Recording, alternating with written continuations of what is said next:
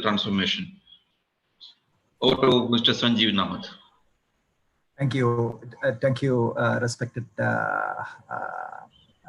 gentlemen and women gathered here.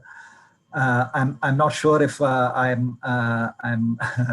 can do justice to this august crowd. You know, I see many learned and many wise men in this group. So I will share whatever I have learned in my 20, 30 years of journey after graduating from Thrissur Engineering College. So it has been a very challenging and a very interesting journey that I've gone through. So maybe I will share some experiences, and at the same time, I would like to have this session as interactive as possible, so that I can also learn from the richness of experience that is gathered in this group. You know? Yeah. So please allow me to share the screen. So Francis, do I take questions now as we go along, or do we wait for the end, and do we have a Q&A session towards the end? How do we normally work? Normally, we have a Q&A session towards the end of the presentation. But if you prefer to take questions in between, you know, you can stop in between and ask people for questions, and then we can do it in that mode also. Okay, that works well for you. Yeah, but we will follow whatever the usual practice. So if you can, if I would request the guest here gathered to post in your questions in the chat window, so that Francis can moderate and I can take the questions towards the end.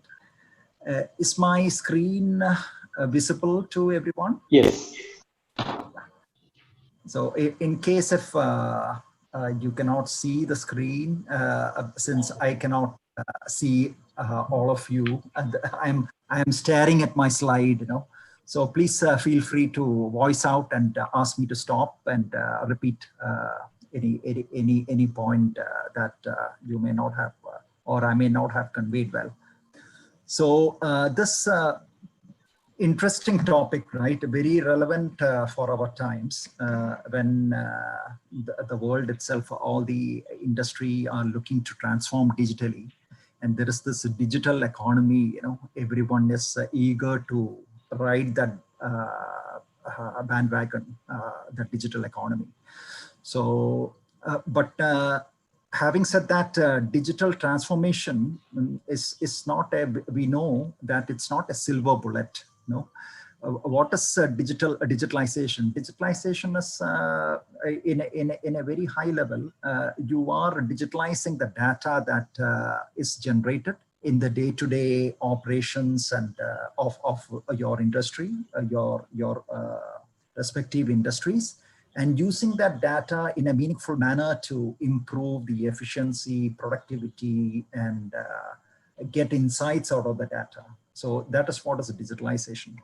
But digitalization, embarking on digitalization is one thing, but unless you change the business model and operational model of your current existing way of operation, it is not going to bring you the value, you know. So it is not a silver bullet. So digitalization has to come in hand with the business model has to change, evolve, and also the operational model also have to change and evolve. So I will base my topic mostly on the maritime perspective, and I will also come in and out of maritime wherever I feel that I can give a overarching theme where it will apply to all the industries as well. So just to give you a context, I'm not sure how many of you know about maritime. So maritime is a pretty traditional industry, you know, very, very conservative, and it's very rigid and very hard to change. we are still stuck in that old way of doing business, in having fixed contracts between the ship owner and the charterer who wants to move his cargo from point A to point B. There is very limited use of data in day-to-day ship operation. There is hardly any transparency. Only the crew that is sailing on board the ship has the access to the data. But when you consider the shore management, who has a major role in safe operation and management of the ships, they hardly get access to where ships are being operated. The ship is completely isolated from the shore. And on top of it, you have this, there's so many systems on board. For a ship to operate, you need a lot of machinery like a diesel internal combustion engine. Maybe an average ship requires 40,000 brake horsepower engine. You can imagine the size of the engine. The engine itself would be about a 6 to 8 foot tall building, and each piston would weigh about 1.5 to 2 tons. So you can imagine the magnanimity of the diesel engine. And in order to support the propulsion, you have a lot of boiler systems, the air conditioning, refrigeration systems, pumping systems. So many systems are there. About 100 different equipment and systems are there. But all these are not combined onto a single platform. It's more fragmented and just disjointed. So you don't have everything on an IoT platform, IoT meaning the Internet of Things, you can't leverage the data from one system to the other. So that is another pain point in shipping. And there is also this classic drain due to the human error. So humans are the most complex in any industry, So we need to tackle the human factor. When we look at digitalization, how the human factor can be factored in order to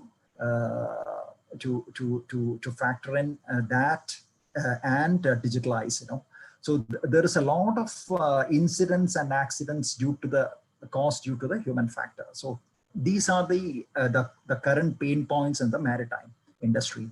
And coupled with, we are also looking at a business model where it does not incentivize transparency. So the cargo charterer who charters the ship to carry the cargo from point A to point B, he does not incentivize transparency. So that means the ship owner is not incentivized to be transparent, and that has got a cascading effect, and a lot of inefficiencies get built in when there is a lack of transparency, as we all know.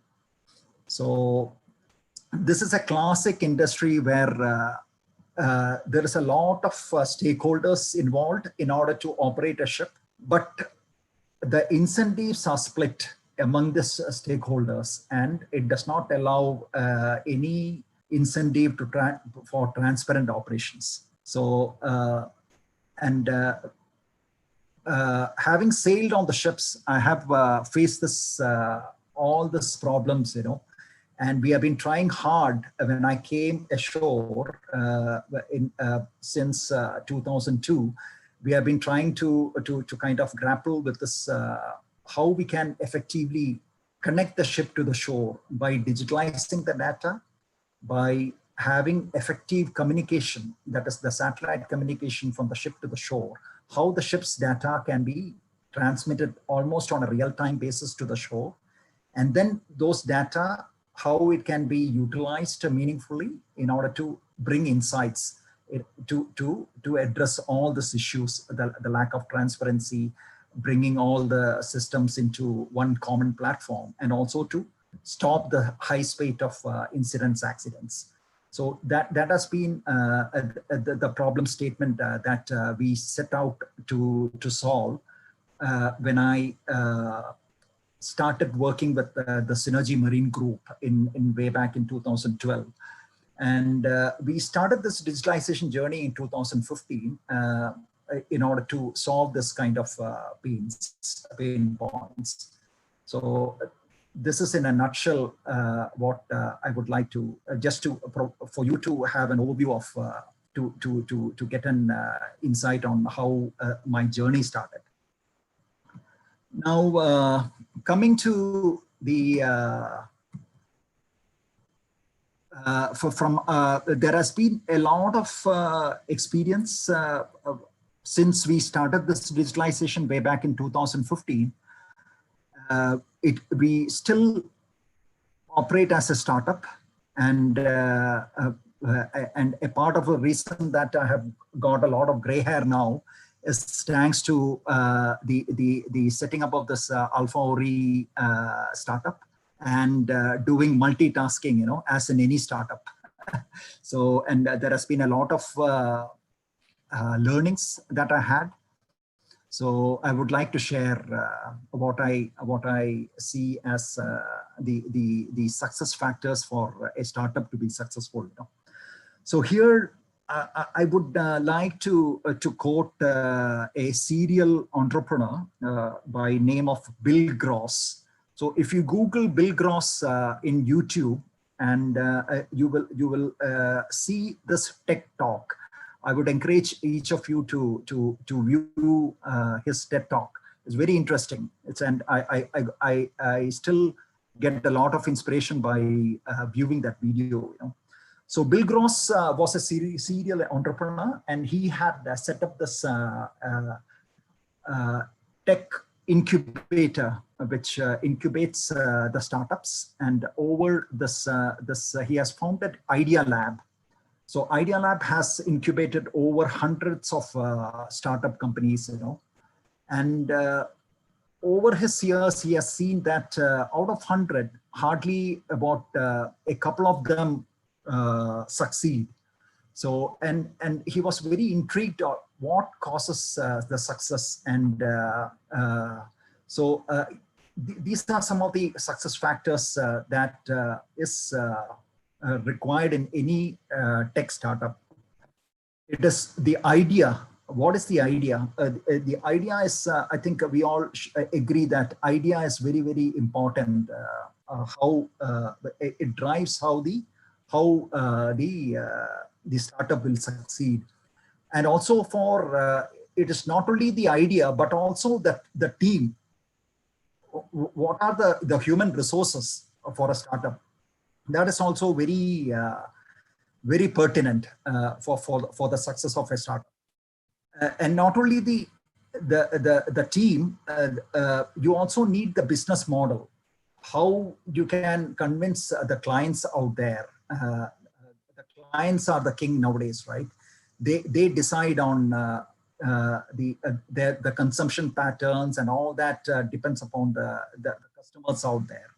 So, and Bill Gross in his TED talk, he says that it is not enough to have an idea and also a good execution team and an execution plan, unless when you go out into the market and meet the customers, then you realize that everyone has a. So he always used to quote Mike Tyson. Mike Tyson used to say that everyone has a brilliant plan until he gets punched in the face. So punching in the face is an anomaly to the market conditions. How the client interacts. So no matter how good the idea and the team that you have, if the market does not adapt your ideas, it's a failure. And of course, the funding also is very critical. You don't, if you have an excellent idea and if you don't have the right funding, it will not succeed. And the timing. So Bill Gross did this study in his all the hundreds of startups that he helped incubate out of Idea Lab, and he was intrigued by the fact that hardly 1 to 2% of the startups succeeded. So he did a study in understanding what were the success factors, and he came with a lot of he was surprised to find that it's not the idea, or it's not the business model, or the team that contributed the largest to the success. The timing was the number one factor for success for a startup.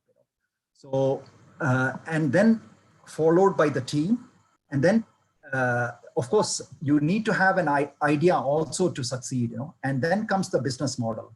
And then he saw that the funding was the last criteria. So if you have an idea, you can have nowadays there are a lot of angel investors out there, waiting for good ideas to fund. So there is no breadth of funds nowadays. So he when he saw that the timing, so he went in deeper and did a lot of analysis. What contributed the success? What kind of factors did the timing that had the effect on the timing? So he saw that when he compared some of the companies within the Idea Lab set of incubated startups. There were some companies that he compared against Netflix and like Uber and stuff like that. And there were comparable companies like Z.com. Z.com was had the same idea as Netflix had, but the Z.com, which he incubated within the Idea Lab, happened or came into the market much before the broadband had the infrastructure for broadband had propagated in US. So the Z.com, which was an equivalent company, a content streaming company as equivalent to a Netflix, the key reason for Z.com not to succeed was that the timing, whereas Netflix succeeded because the broadband infrastructure had propagated almost more than 50% within the US household. And the Netflix entered the market when the conditions was ripe and the timing was right, and it was ripe for success. So that was that study, by Bill Gross. So this is what we need to. It's not enough to have a good idea. It's not enough to have a good business model and also funding. But unless the timing is right, you will many of the startups will not succeed. So this is one thing I would like to emphasize here. From our experience, what we have seen as in the Maritime also has been very similar. So I would like to share, apart from this Bill Gross experience, the study, the three forces that are shaping our times. Of course, the timing, as we have seen, the examples of Netflix and YouTube, all these companies on the top became successful when the broadband infrastructure had propagated in our households. Now we have Amazon Prime in India and Netflix available in India as well. So it is still on the rise. And another classic example of timing is the Airbnb and Uber. The Airbnb was a classic case. Airbnb, the idea, they were not, at some point of time, they were not getting investors to fund their venture. But thankfully, in 2008, when the Lehman Brothers crash happened and a deep recession set in, people were looking at extra income, how to make that extra income, and then people were more willing to rent out their homes to total strangers, and Airbnb became a success. At the same time, Uber also, people were looking at extra income to drive their own car and make some money, So that is how Uber also became success in that recession period. So this talks about the importance of timing. And in the maritime perspective, we are seeing in the night time, like there's so much of money being poured into for tech innovation in the shipping and logistics sector, as in any sector. So there is no breadth of funds, you know. So in that perspective, also the timing is right.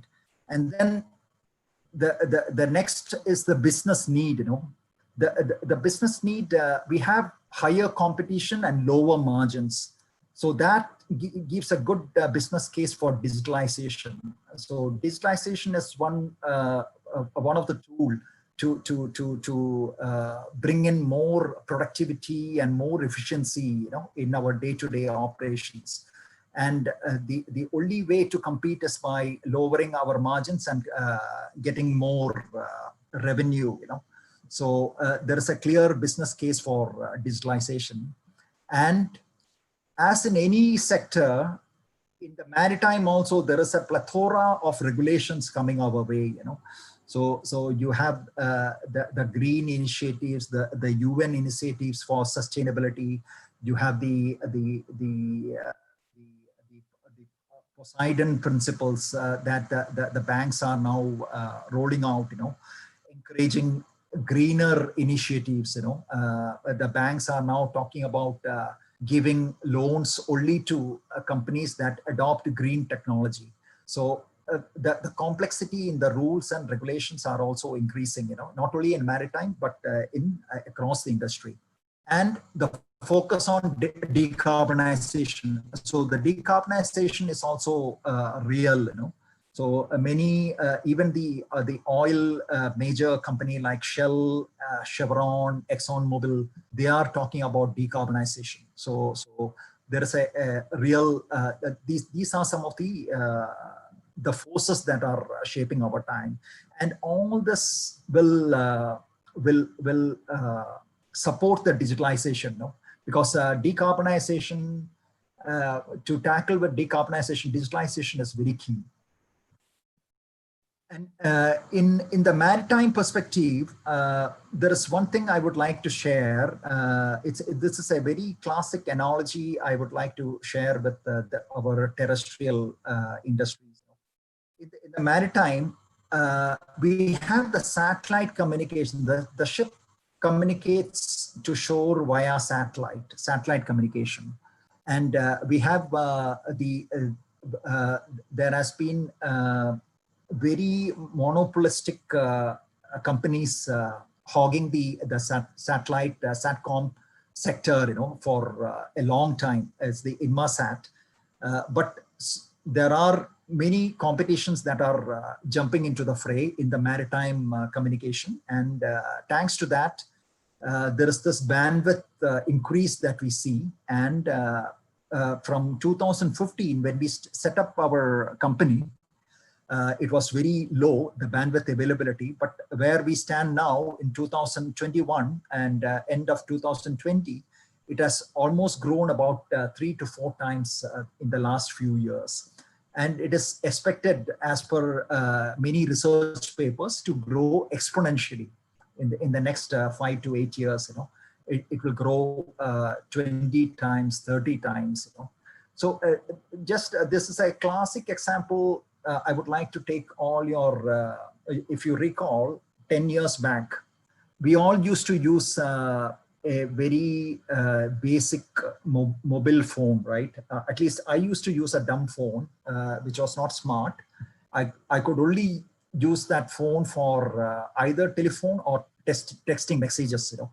But thanks to technology and thanks to the explosion of the bandwidth availability in the mobile, and also thanks to the various applications, thanks to Apple, thanks to the Android, the iOS, Android, and the competition that it led, it completely transformed the way we live. You know, so from 10 years in 2010 or 2008, I was using a very basic phone, whereas now I cannot imagine a life without a smartphone, and the convenience that a smartphone gives of course, there are some bad and there are a lot of good, but there are also a bad impact. But it has changed our lifestyle, whether we accept it or not. So that analogy, if you take it to the maritime, we expect this explosion of the bandwidth together with the technology, will entirely change the landscape of shipping. And that is why I again come back to the timing, So this inflection point is very critical. So we are very encouraged by this this trend that we see, and we feel that this will encourage the adoption of the smart ship and digitalization in the maritime. So I just wanted to emphasize in this regarding the timing, the importance of timing. So this probably I don't have to. This is more to do with maritime. If any of you are interested, I can come back to the slide and explain to you. So this is what we believe the future of fleet management. This is a photograph of our control center in Singapore, the Alpha Ori Technologies, where we remote monitor the ships from the shore, and the ships are connected almost on a real-time basis. Every 30 seconds, we send high frequency data, almost 5,000 data points that we collect from each ship. And we have, at present, around 120 ships on our platform. And we are hoping to add on another 250 to 300 ships within 2021. We are looking at transforming the maritime into a digital platform play approach, where all the services are rendered digitally on a digital platform. So this is what we see the future of the maritime with the smart ship, using the existing data sets meaningfully in order to improve the efficiency and productivity, bring in the transparency, get all the fragmented systems into a single IoT platform in an integrated manner, where everybody sees one truth, and all the stakeholders can leverage on the data analytics and take decisions based on driven by data. That is what our vision is. And also it reduces and brings down the incidents and accidents down to zero. That is our vision for Alpha Ori. So I just wanted to leave you with this thought, that unless we adapt and join the digitalization, the customers are very, very choosy nowadays. They are comparing your products with the other products. With the explosion of the social media, their exposure levels have increased to much beyond that we can imagine. So customers will not wait for you to change. We need to change for the customers. Otherwise, we will be left behind, and we will not be able to cope up. The technology landscape has changed. The competitive landscape has changed. The consumer landscape has also changed. And the speed of change has also changed. So unless we change our mindset and look at constant improvement and changing ourselves, we will be left behind in the race. So this is what I would like to end my presentation with. Thank you all. So maybe I will stop sharing and will wait for any questions. Sanjeev sir, thank you very much for a wonderful talk. Now, is it time for question and answer? Thank you very much. Interaction with the members. Those who can either ask or ask directly online, or you can put your questions in the chat. It's Engineer Sanjeev. Hello. Am I audible, Engineer Sanjeev? Hello. Hello. Yes, Yes, sir. yes. Am I audible? Yes, sir. Hello. Very much audible, sir. Please go ahead, Colonel Pratap. I am Kamil Pratap. I am Kamil Pratap, alumni of Huron College EC, about 20 years in it to you. I enjoyed your talk. It was very wonderful and very nice. I just want to ask you, the smartphones, how effective in the ship? When you are in the midst of the sea, are you able to communicate with your wife, with your family or office in the using the smartphone? Hello. Sir, nowadays we have satellite communication on the ships, and the crew are provided limited Wi-Fi, and of Yes. course there is a limitation in the bandwidth, and the crew have for their own personal entertainment a limited per day allowance. So the crew nowadays use WhatsApp, a video call, chat, and all that. Way back about 25 years back, when I sailed, it is a joke. We never we used to make a phone call. We have to call an earth station first from the ship, so and connect to an earth station, and the earth station would connect to your residence or phone. And it used to cost like $15 per minute. So we could not afford a call, in those days when I sailed. But nowadays, thanks to the satellite communication and also the bandwidth availability, the crew can communicate their family through normal WhatsApp. But it's not, you can't compare with the land. There is a limitation on their package, the data package per day data allowance. But still, it's a great boon, I am sure, because you will be completely isolated when you are in the ship. Very true, sir. Very true. We used to wait around when the ship used to call ports, in order to wait for mails, physical letters, from our family and members. Nowadays, nobody believe in physical letters anymore. It's all email, or even email is now no longer. It's all direct phone call, video call, and all that. Thank you. Anybody else? There is a query through chat. If Sanjeev sir is unable to see that, I can read it out for you. Yes, sir. I see this. This is actually from a student who is pursuing MBA. Her name is Amira from Elijah Institute of Management. The question is how big data can influence maritime industry and support logistics and supply chain activities. There are actually 3 queries. Yeah, very interesting and pertinent question. Thanks for asking this, Amira.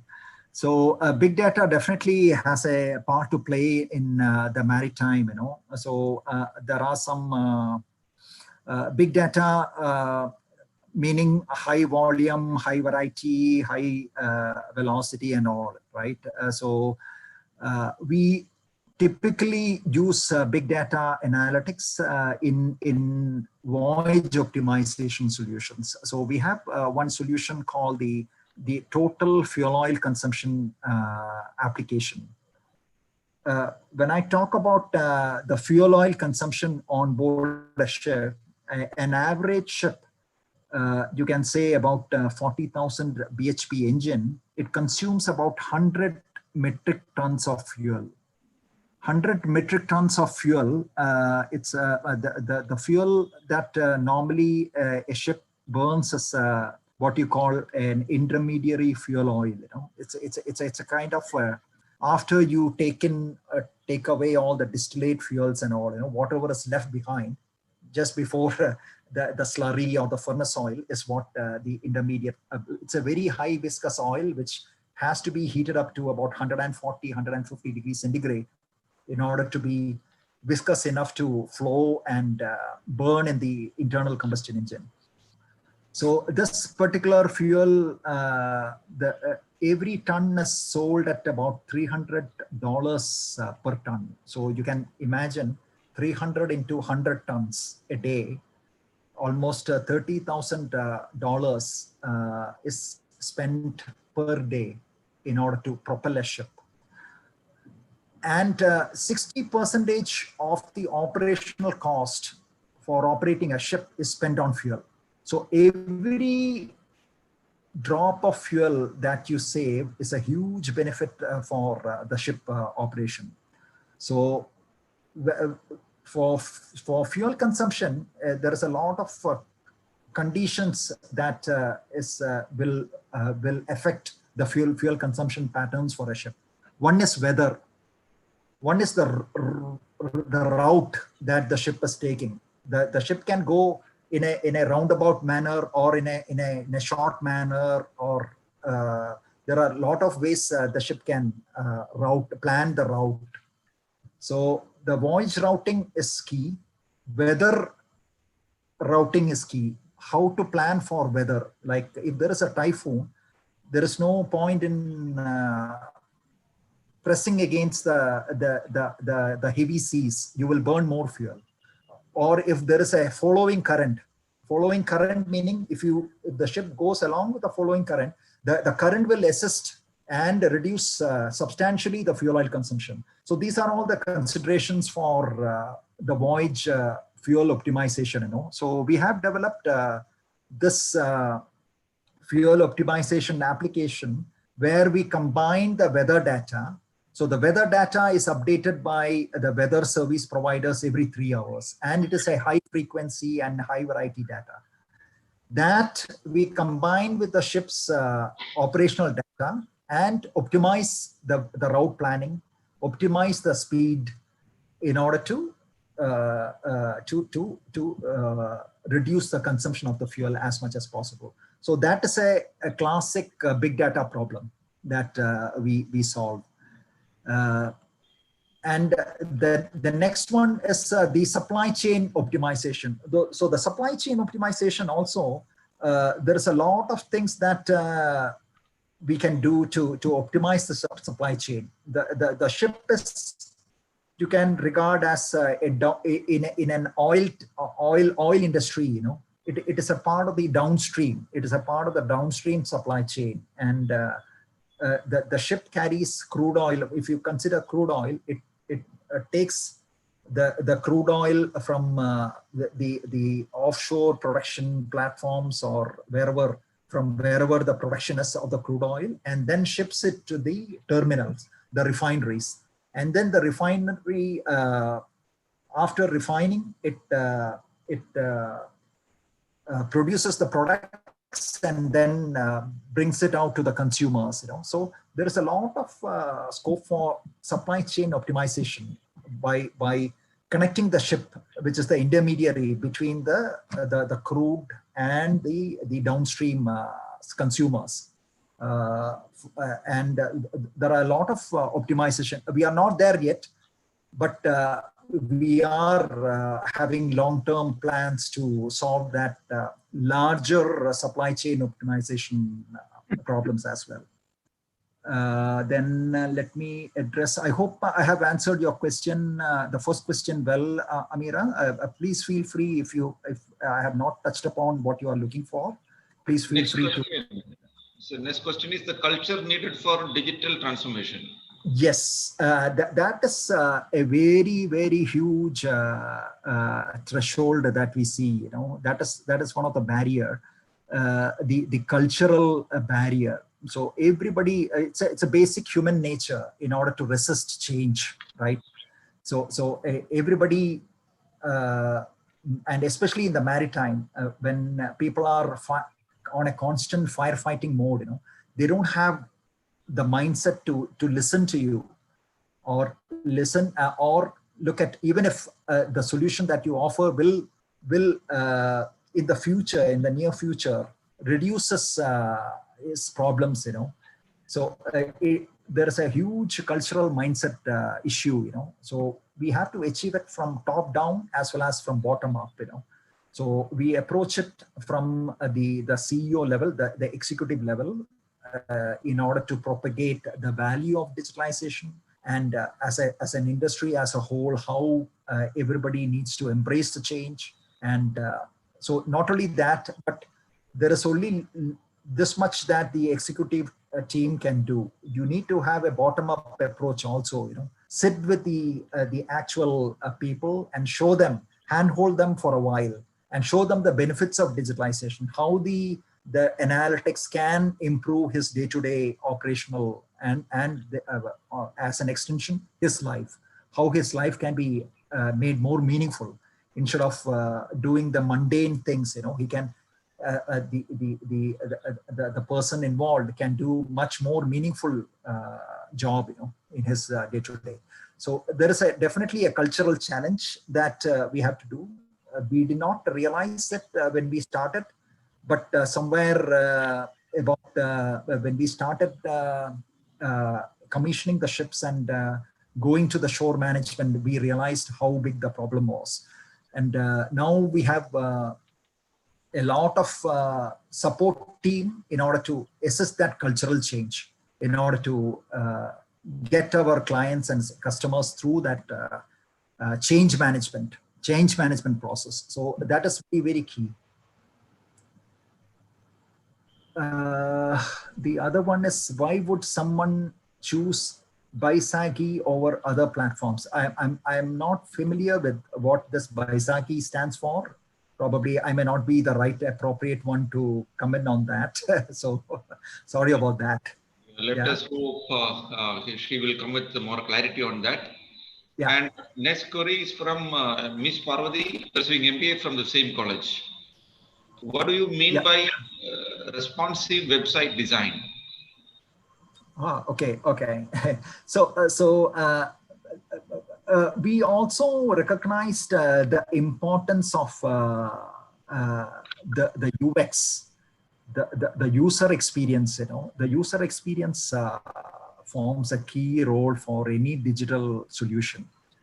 We need to look at from a user perspective how easy the user can. It's a very, very important when we are designing any digital solution. You know, the user experience is very, very key. So how it's a question of how Apple succeeded against the other Samsungs of the world. You know, even though their technology was very weak. If you look at the Apple technology and Samsung, the Samsung technology is much superior, but still there are many people who still stick to Apple just because of the user experience. You know, the simple layouts for the user interfaces, the simple uncluttered. Maybe a classic example I can tell you is Yahoo. Have you all seen Yahoo search engine? Yahoo search engine, and you compare with the Google search engine. Yahoo search engine used to be so cluttered with the information, so many information, you know, that you don't know where to start. But where Google, when you hit the Google, there is nothing. It's just a search bubble. It pops up, and you search, and you get what you want. Ishmi പറഞ്ഞപ്പോൾ ഞാൻ തക്കാളി ഇതൊക്കെ വാങ്ങിച്ചിട്ടുണ്ടായിരുന്നു. Ishmi പറഞ്ഞില്ലല്ലോ.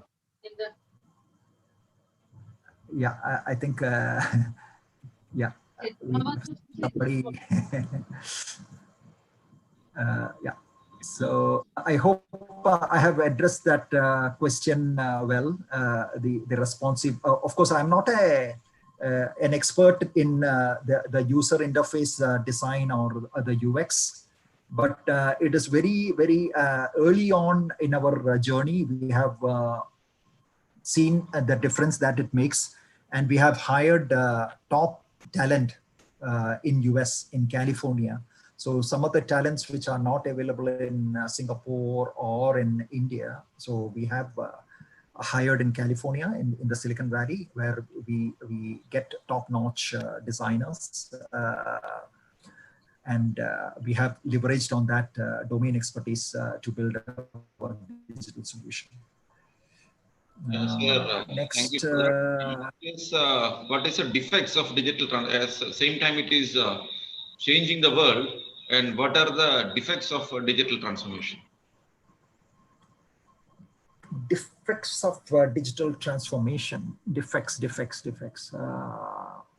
Okay, the AI, when we get more into AI and we have more and more AI ruling our life, right? The artificial intelligence. There's this question about ethical practices, how the AI can have a humane aspect, whether it is all as good as the designer of the solution, right?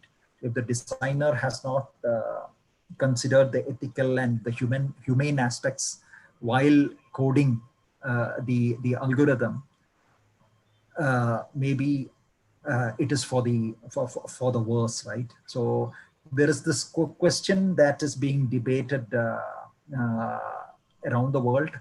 There are proponents for ethical practices. There are so it is a the jury is out there, you know. So there is even in the autonomous car, there is one of the things that it is still not evolved and brought into practice, even though in some of the countries it is, even in Singapore, there are a lot of trials happening, you know, through the years. Is all this ethical questions, you know. So it is still out there. The jury is still out there. So the legislation have to change with times. The humane aspects and the ethical aspects has to be considered for all these things to evolve. Yeah. Next is from Sandra, pursuing MBA. How digitalization is changing the shipping industry?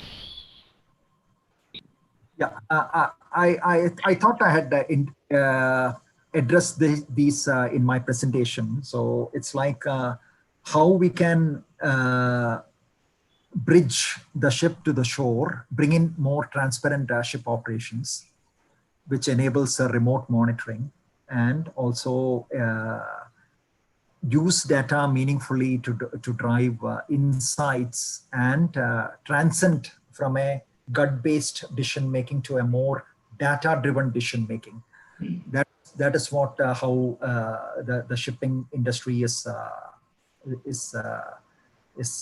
getting benefited out of digitalization. And there is a lot of inefficiencies and losses that is happening due to this lack of transparency and lack of analytics, real-time analytics, which we believe digitalization can solve. And next is from Joycelyn. How the digital transformation really mean for today's business leaders?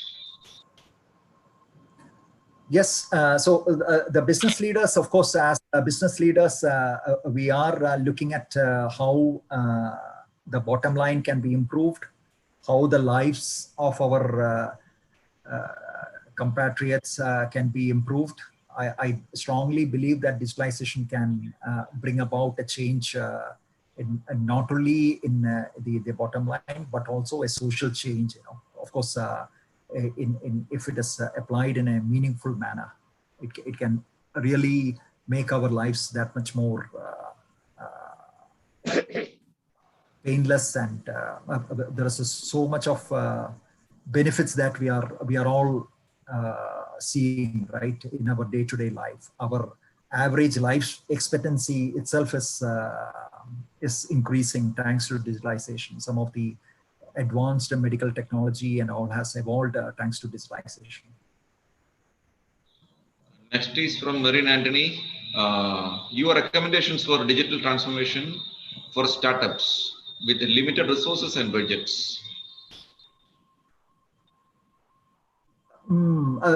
There is no one straight answer, Mr. Anthony. So it all depends on what industry, and of course, as I mentioned, the timing is the key. How and it depends on the sector that you are working on. Timing is the most essence critical out of the 4-5 success criteria that we have seen, and also the idea and the team, of course. If this 3 things are there, the rest will follow. So the business model and all, you can evolve as you go along. You don't need to have a business model upfront, and you don't need the funds to start with. If you have a good team, if you have a good idea, and if you can time it well, you can succeed. That is what I would suggest and recommend. Yeah, thank you, sir. Now, next is how the artificial intelligence influences the shipping industry. AI. Yeah. So the artificial intelligence is a loose term that we all use, right?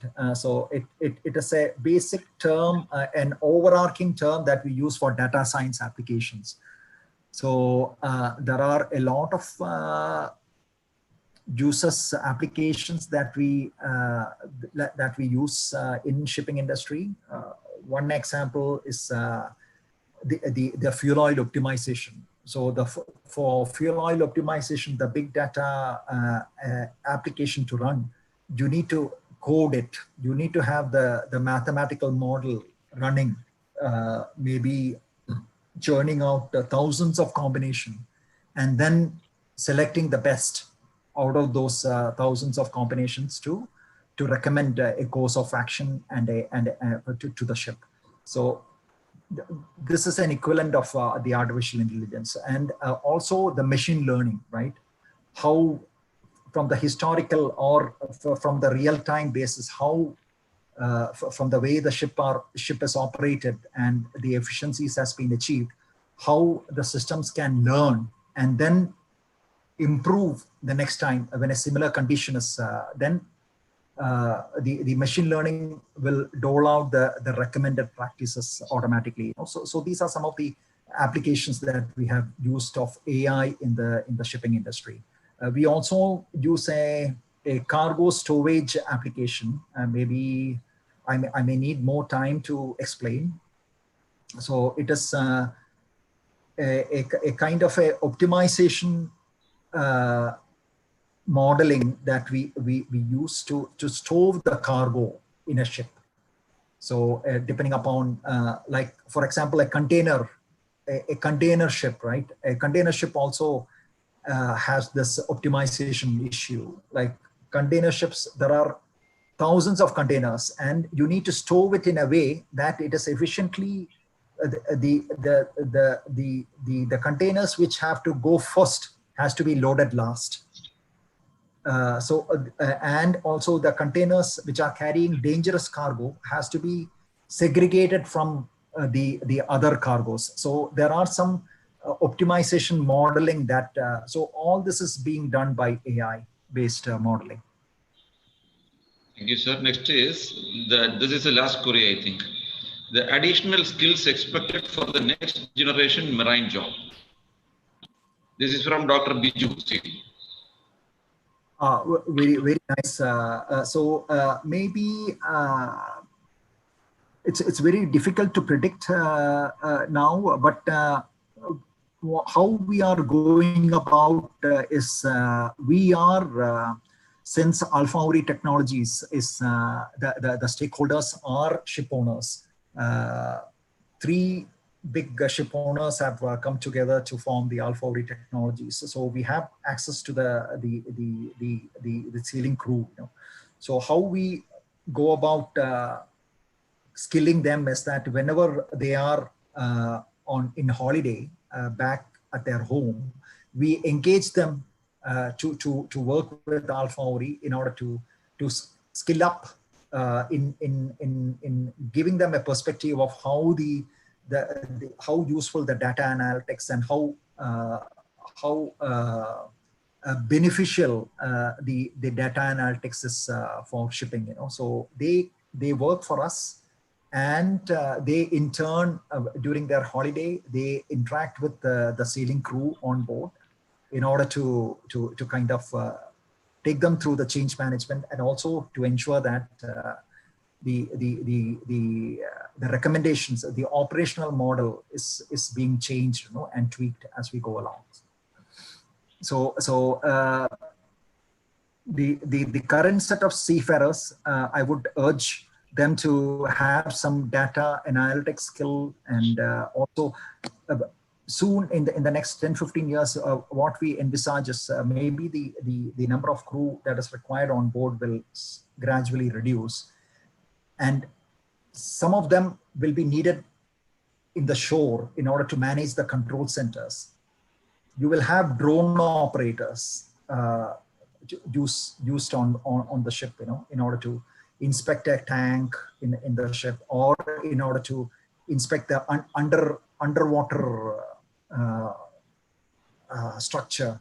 So these are all additional skill sets that the crew needs to have in order to sail in the near future. That is what I believe. Yeah, I think no more queries. So thank you very much. This word digitalization is very familiar to us, but the term maritime